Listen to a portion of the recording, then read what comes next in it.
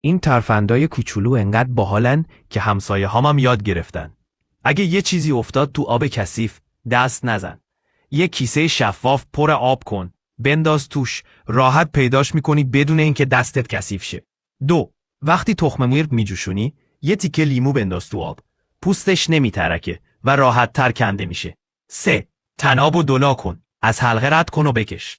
تمیز و مرتبه. 4. نخ کوتاهه.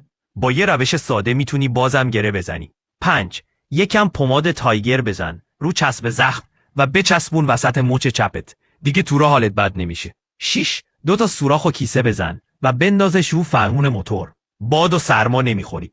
7. میخوای میختیز نباشه؟ با آچار خم کن و صافش کن. 8. طنابو 3 بار دور میخ بپیچ. یه حلقه درست کن. بندازش روش، سفتش کن.